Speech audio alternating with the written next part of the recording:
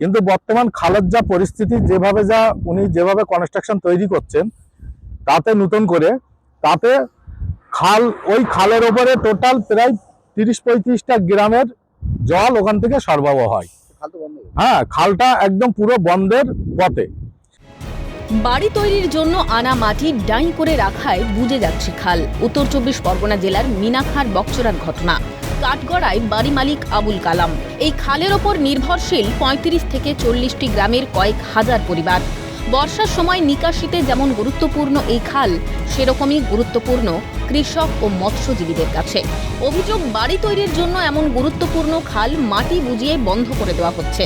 পরিস্থিতি এতটাই গুরুতর যে সামান্য জল যাওয়ারও পরিস্থিতি নেই। এই অবস্থায় পুলিশ গিয়ে বাড়ি নির্মাণের কাজ বন্ধ করে দিয়েছে। এলাকার মানুষ দ্রুত খাল সংস্কারের দাবি তুলেছেন।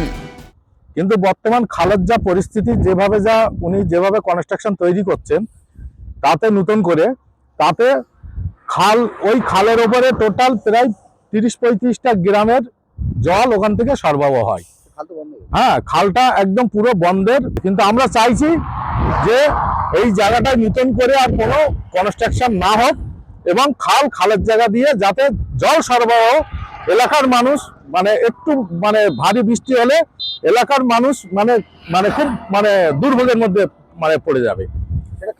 হ্যাঁ, সেটা খালটা সংস্কারের জন্য আমি কদিন আগে আমাদের এখানে লোকাল নেতৃত্বের সঙ্গে বসেও আলোচনা করেছি যে খালটাকে সংস্কার করার একটা পদ্ধতি ওনারা নিচ্ছেন।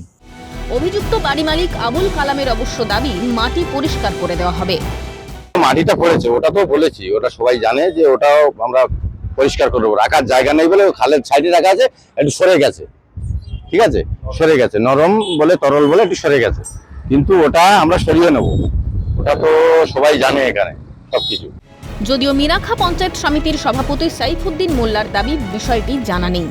সত্যি কথা বলতে কি, এখনো পর্যন্ত এই ধরনের কোনো ইনফরমেশন আমার কাছে তো আসেনি বা কেউ বলেও নি। ঠিক আছে, আপনি বলছেন যখন, আমি অবশ্যই এটাকে একবার তদন্ত করে দেখছি। ঠিক আছে, দেখে যদি এরকম কিছু ঘটনা ঘটে থাকে, অবশ্যই আমি আইনানুগ যা ব্যবস্থা নেওয়ার আমি বলে দিচ্ছি। ঠিক আছে। তীব্র আক্রমণ শানিয়েছে বিরোধীরা, নেপথ্যে নির্ঘাত তৃণমূল। কটাক্ষ বসিরহাটের বিজেপি যুব মোর্চার সভাপতি পলাশ সরকারের।